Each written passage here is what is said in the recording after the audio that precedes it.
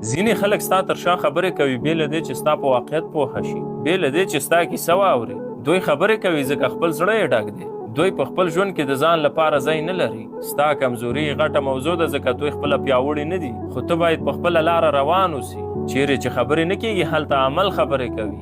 هغه خبرې چې د شا کېږي ته پرې ځان مه ځوروه، ځکه ستا په بریالیتوب کې خلک حسد کوي او ستا په غمونو کې خوښي کوي.